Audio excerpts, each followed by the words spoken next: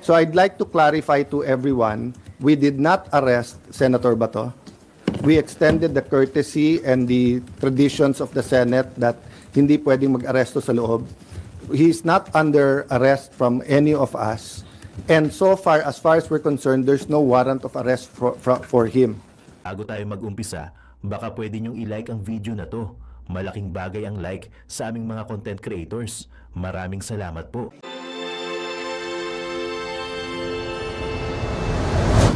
So I'd like to clarify to everyone, we did not arrest Senator Bato.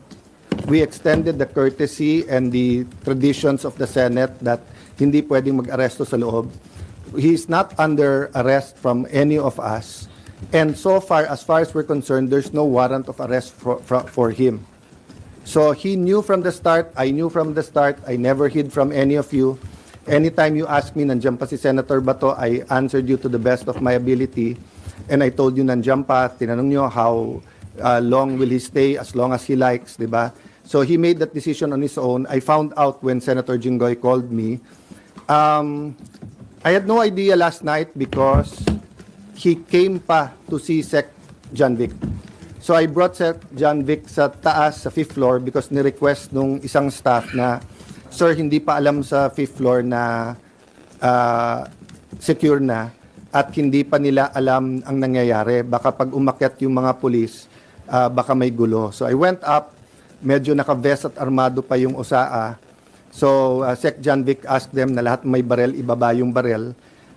We explained the situation that OSAA is still in charge inside, but there's a joint investigation. Little did we know na hindi pa fully secured when we answered you because nga may na-aresto actually kagabi. Diba? I think na-report nyo na lahat. So I just promised Sec. John Vic that I'll wait for his report and that siya magsasabi sa details para nga walang miscommunication o accusation. But since someone close to me sent me a text,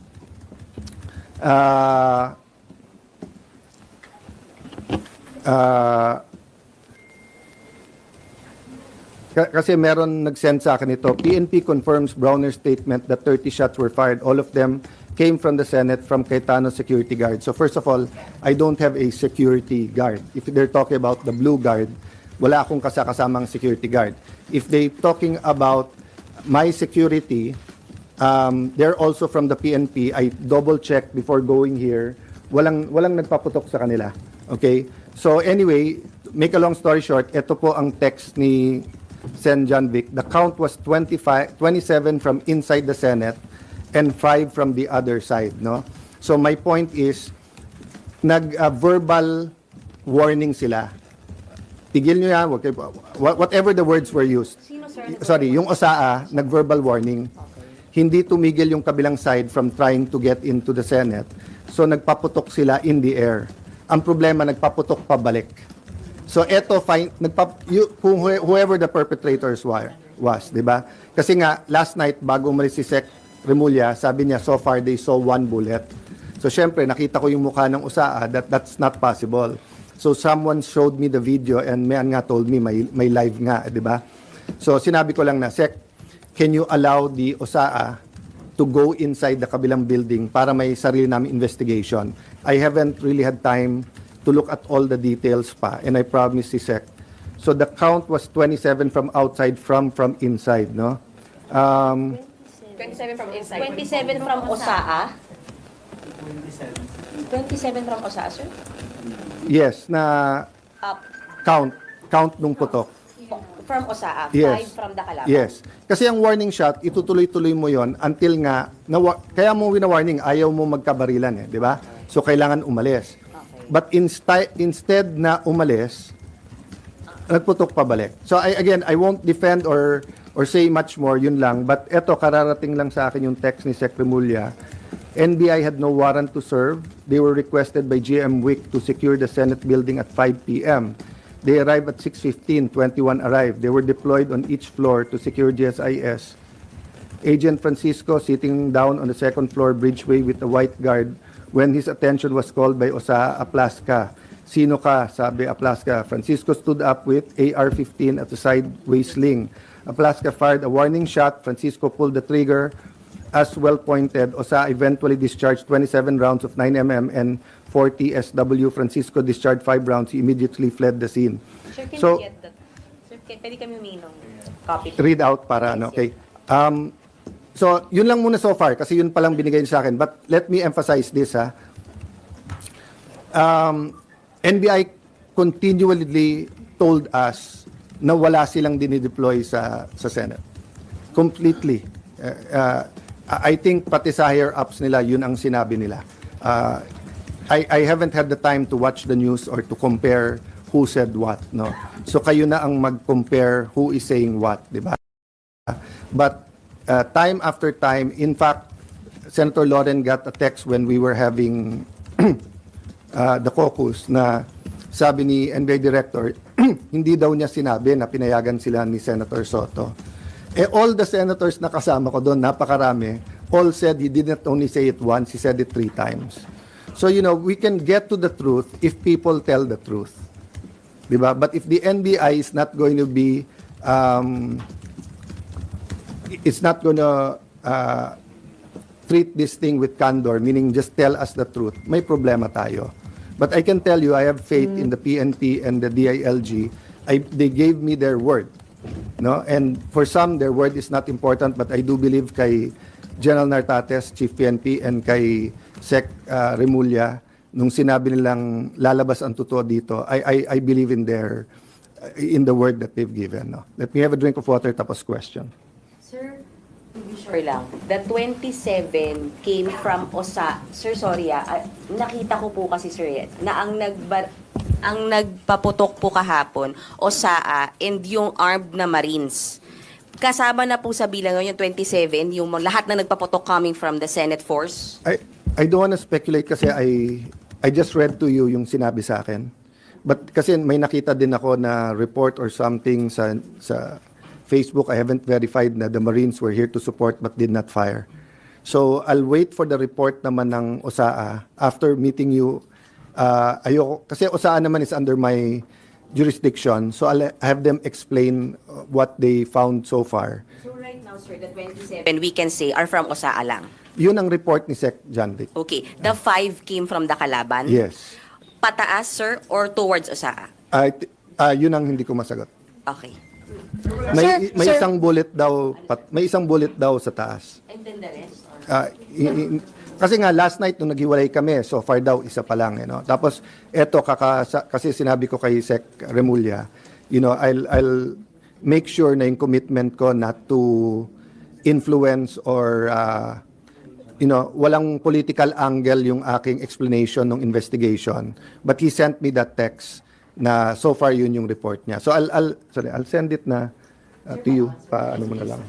Sir, wala kang sinabi si General Aplaska kung nasaan yung NBI, kung nasa GSIS side o nandito sa Senate.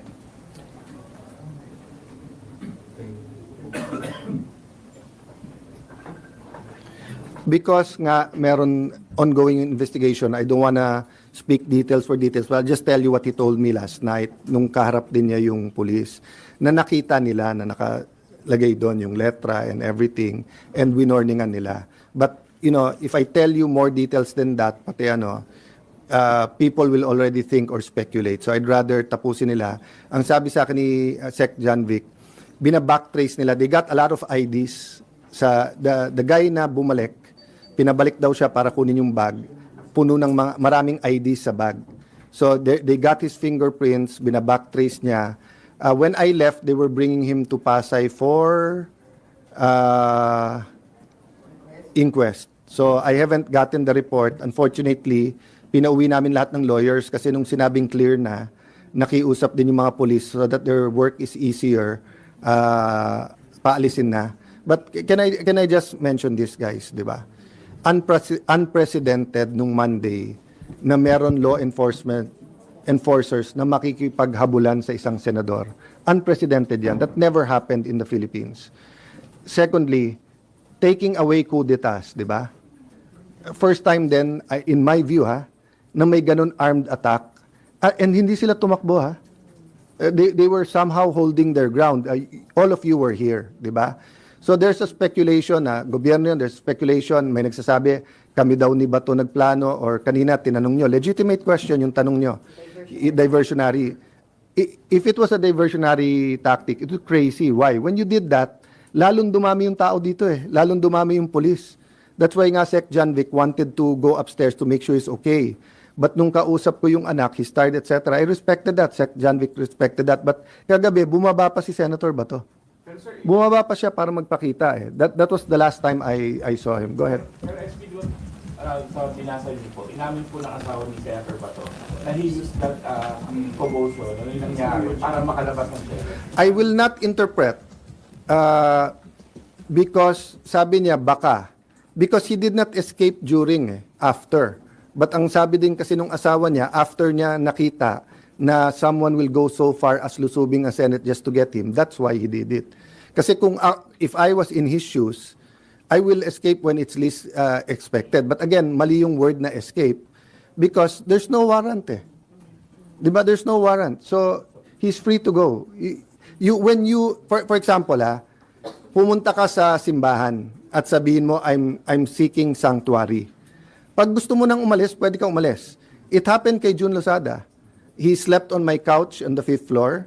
And then, nung sinabi, doon na lang siya sa mga madre, and then sinabi, doon na lang siya sa Lasal Green Hills, lumipat siya doon. SP, kung walang warrant, bakit siya nagtago dito sa Senate? Bakit hindi? Because sinabol siya ng mga NBI na walang warrant. So, I'm not saying as a fact walang warrant. Excuse me. I'm saying they did not present the warrant to us. And I'm waiting for it. They did not give us. If they gave me the warrant, my advice could have been different. So same. Kayo nag-seek sanctuary dito. Sabi niyo, sir, media kami, inaaresto kami, wala namang warrant. I talked to the police. Ba't niyo hinahabol? Wala, sir. Or may warrant. Nasaan ang warrant? Wala. Sabihin ko, dito muna kayo sa Senate. 3 days later, wala pa rin yung warrant. Sabihin mo, boss, gusto ko nang umuwi. Umuwi ka na. Diba? So that's the reality. Is it the best? I want him to attend each and every session. I want him to be there. I told him last night, Sen Bato, sana you can attend the impeachment.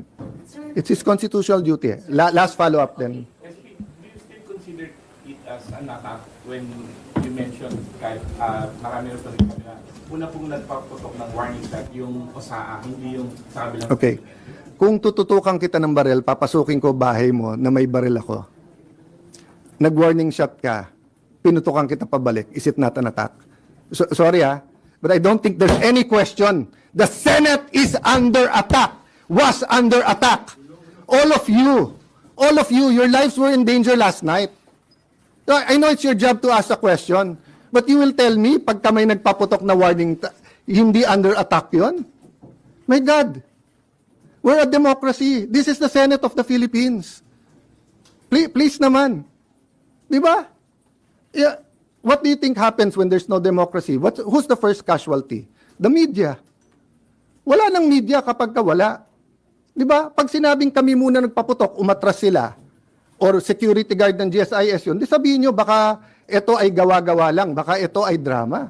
Pero nagko-focus kami dito, hinihintay namin articles of impeachment. Nakita nyo naman lahat ng pangyayari. Napakagaling ko naman mag-orchestrate ng lahat na yan. Kaya kong papuntahin dito mga armadong grupo. You know my history. I've been in government since 1992. Do you have any history of doing that? O sa Taguig, have we done anything like that ever? No, so, excuse me, I mean, I'm not taking offense at the question, but, you know, if you have any doubt, you're doubting our democracy, you're not doubting my statements. Ko lang, sir. Yung kalaban po, pwede na natin sabihin na, sir, sinabi kasi ni Senate Sec. Dong Mendoza right after the shots were fired last night, na perceived NBI. Are you ready to say that na perceived NBI yung kalaban? Nasabi naman ni Sec. Dong yon. At sabi ko sa kanya, I don't blame you for giving them the information on the ground. And mayan, you ask the right questions. Tama yung direction nyo, etc. But I'll be very fair. When the President called to check how we are, and when the President said, it's not government, it's not the AFP, it's not the PNP, it's not the NBI, of course, he's the President. I'll give him the benefit of the doubt. I'll assume. But I told him, but Mr. President, we have a bad experience sa NBI. They haven't been truthful with us. Having said that, Sec. John Vic assured me, walang whitewash to. So he told me some of the information even before we got home kasi I'm sorry for the reaction but people risked their lives yesterday. One of our nagugulpi na yung isang usaa, the others could have done this. What I want to prevent is that there are certain things in life na may red line yan. 'Di ba? 'Di ba yung you don't you respect your parents, unahin mo yung mga tatanda, pida, 'di ba? Pero kung yun ay mga normal na kabastusan, 'di ba? But you don't attack Malacanang. You can march, you can protest. You don't burn down the Supreme Court and you don't attack the Senate in an armed manner. 'Di ba? It was 100% an attack. If it turns out sa investigation na sira ulo lang 'yon na he lost his mind, then a question ko, how did he get the IDs? How did he get in? If it was government, then I'm sure the president will act upon it, di ba? So I don't know right now and I don't want to give details, but yung binasa ko sa iyo, galing na kay Sec. John Vic yun. So, at sinabi niya, NBI yun. Sir, sinabi ni Sir John Vic? Yeah, NBI? So, my staff was just pointing out that there's still difference between yung sinasabi ng PNP or ni Sec. John Vic at yung sinasabi ng USAA. That's normal in the investigations. That's why sabi namin, mag-joint investigation tayo. So far, I do not have a reason to not believe Sec. John Vic. Why? First, nung nakita yung bag at sinabing, pag nabalikan yan, mahuhuli natin or paamoy natin sa aso kung may barel, he didn't have to tell me that. But he did at may nahuli. Okay. Secondly, lahat ng request niya, pinagbigyan ko, umikot yung mga police, disarm yung iba natin tao dito. Yung hiningi niya na isweep yung floor by floor. Yung hiningi niya na secure yung CCTV. Lahat ng mga hiningi ko sa kanya pabalik. CCTV nung kabila, nung GSIS, ibigay sa atin. Yung before he left, sabi ko, sir, step by step, keep us informed. So, but that's the problem nga, 'di ba? So, I'm hoping magkatugma lahat. So sa report natin, ano yung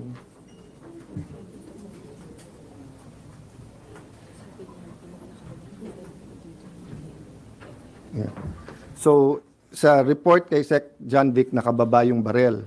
Sa report sa atin, the Sergeant of Arms asked the individuals to identify themselves. Sino yan? A loud male voice from outside answered, NBI. At that moment, one of the armed individuals was seen immediately raising and aiming a long firearm toward the direction of the QRT, PNP, and OSA personnel. The Sergeant of Arms ordered the individual to lower his firearms on the ground. The individual failed to comply, instead assumed a tactical position, prompting the Sergeant of Arms to fire warning shots, after which the exchange of gunfire followed. The exchange lasted approximately 3 minutes. So, siguro you could see why I was upset. Because yung Sergeant of Arms, hindi ako naglagay niyan, ha? I wasn't Senate President before this. I forget now kung si Senator Cheese or Senator Subiri, no? But he's a respected general, okay? And you don't get to be a respected general by being a cowboy or gung-ho na hindi ko lang gusto mukha mo, paputok na, 'di ba? So when he reported that, may assumption of regularity. But I told Sec. John Vic, if you want anyone to excuse themselves from the investigation because they themselves investigation, ako, kung gusto niyo ako imbestigahan, I will excuse myself from the investigation. So ganun kami ka-open para malaman nga natin. Because nga, when you get used to something, it becomes regular. So because we got used to may nag-hold up sa mga kantong madidilim, parang pag news, sige news pero okay lang. So you remember the first time na may na-rape na 2-year-old or 3-year-old, how outraged everyone is? People are still outraged, but when people realize that Shabu does that to the mind, di ba, parang nagiging normal sa iba which we cannot allow to happen. So whether it's a heinous crime or an attack on the Senate, we cannot allow that to become the new normal. No, that's why until this point, di ba, I've been totally logical reason. But to say na kami pa umatake doon and everything, I could have, if Senator Bato and I wanted to plan him going out, it's very simple. Sumakay siya sa kotse ko, and I'll bring him out. Why? Hindi naman siya under arrest eh. Di ba? So I do not know why he did it that way. I haven't talked to him. Di ba? But what I know is that he's not under arrest and hindi pa pinapakita hanggang sa amin ngayon ng NBI. But I do believe the President that he did not send anyone here to enforce that warrant. So ang question ko nga is why were they here? And pag ikaw ay nakita na at sinigawan, even assuming tama, nakababa yung barel, nagpaputok ka sa taas, warning shot, what do you do? Don't you show your badge and put up your hands and leave? Bakit siya nagpaputok pa balik? Knowing this is the Senate. So, for me, we really have to know the truth. And by the way, that's why the last statement I told Secretary John Vic and Chief PNP Nartates before they left is that please use all your powers in intelligence, in peacekeeping, etc., to make sure no untoward incident sa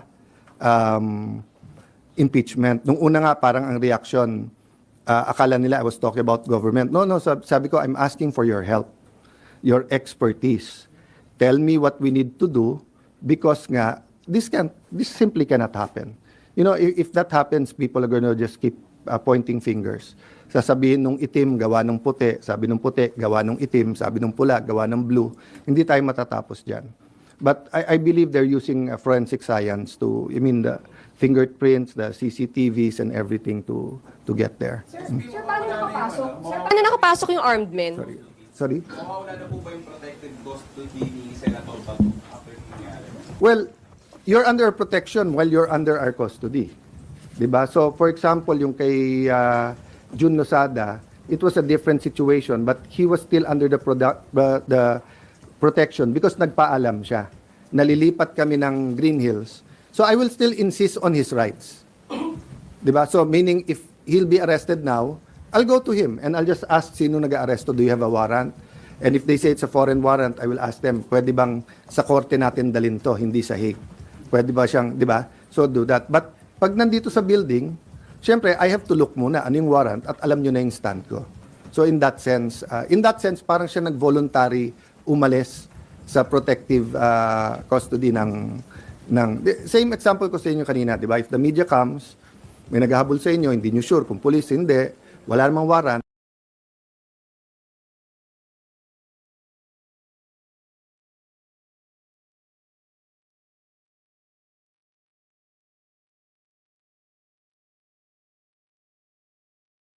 pero yung tingin nyo wala na yung threat, gusto nyo na umuwi, pwede naman. Sir, paano nakapasok yung armed men? I don't, as of this time, I don't know. Yeah, as of this time, don't. Sir, also, on Bato, Kasi yung nahuli, inutusan daw siya to retrieve the tactical bag. So that means, the tactical bag. So that means they were already inside. Oh, kasi medyo nagpipilit akong lumabas sa office nung nangyari. Pero ayaw ng mga security. And they said hindi talaga secured dito. And Secretary John Vic told you NBI. Yun ang request niyo, Secretary John. Yung sinabi niya kagabi, ayokong kasi usapan namin hindi mo na babanggitin. But yung binasa ko sa inyo ngayon, galing kay Sec. John Vic yun. Oo. May konti lang difference kasi sa by the way, hindi ibig sabihin galing kay Sec. John Vic, sinabi niya. Ibig sabihin yung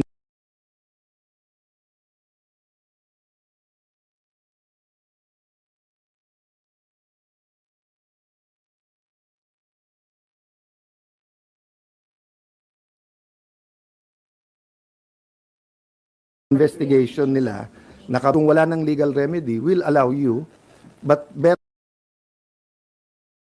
will convince him to surrender. So now he is on his own.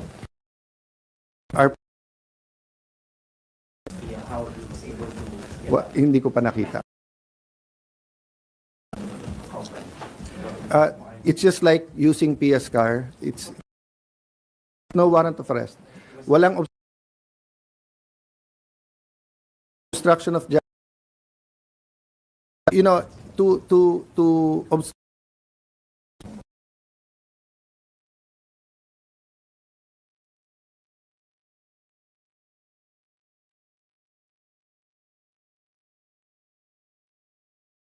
Justice yun.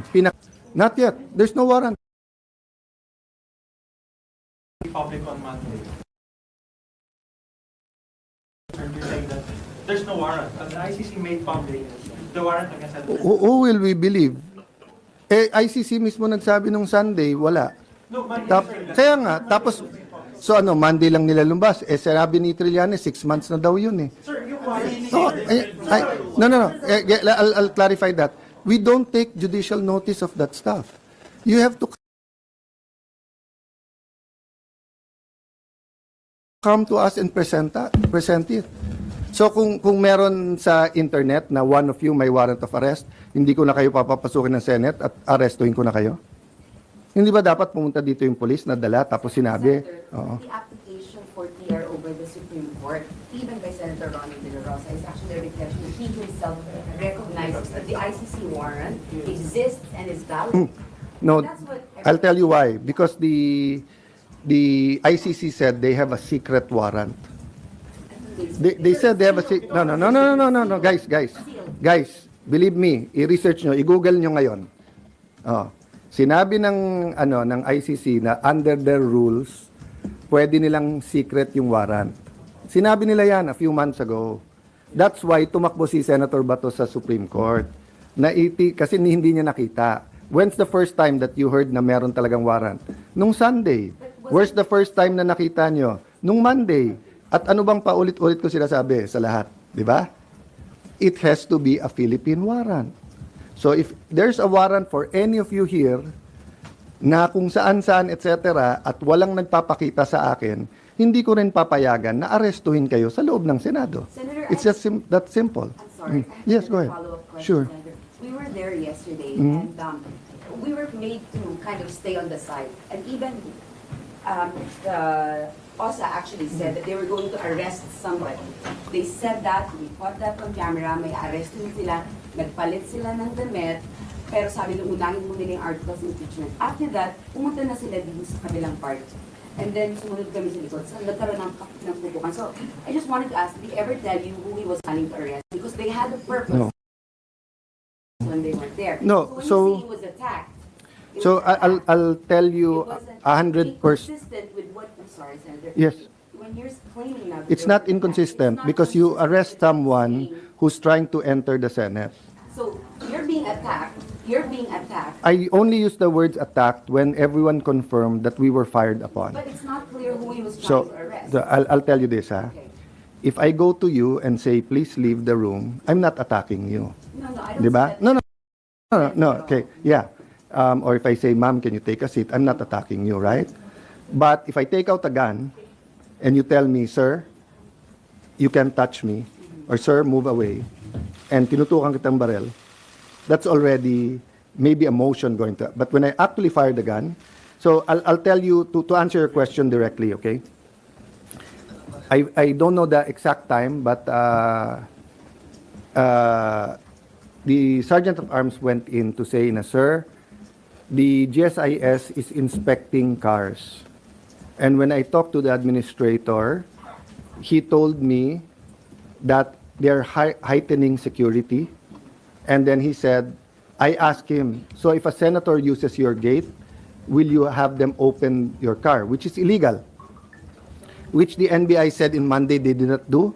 But one of the news channels, you actually captured that, di ba? Yung may puting van, and then they showed the plate number 7, and the NBI guy had a long gun, and the other one was just keep saying, visual lang, visual. Then they opened the van.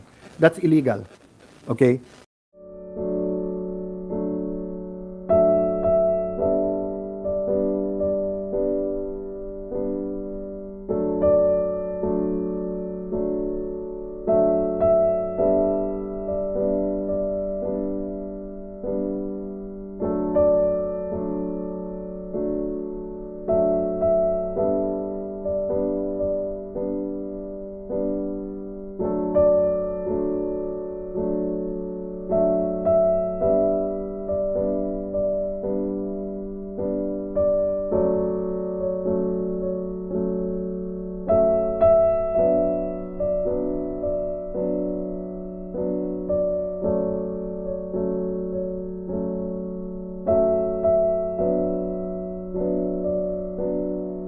manalangin para sa bansang Pilipinas. Panginoong Diyos, sa gitna ng unos at panganib, Ikaw lamang ang aming sandigan, ilayo mo kami sa kapahamakan, at pagaanin ang dinaranas ng aming bayan. Bigyan mo ng lakas ang mga nawalan, pag-asa ang mga nasaktan, at tapang ang mga tumutulong. Pag-ibayuhin mo ang aming pagkakaisa at pananampalataya upang sama-sama kaming makabangon at mapalitan ng luha ng pag-asa at kapayapaan. Gabayan mo po kami at ipaalala na lagi kang kasama namin anuman unos ang dumating. Pagpalain mo ang aming bansa, Panginoon, at ituro mo sa amin ang daan ng pag-asa at kapayapaan. Sa iyo namin ipinagkakatiwala ang aming buhay at kinabukasan. Sa pangalan mo, Jesus. Amen.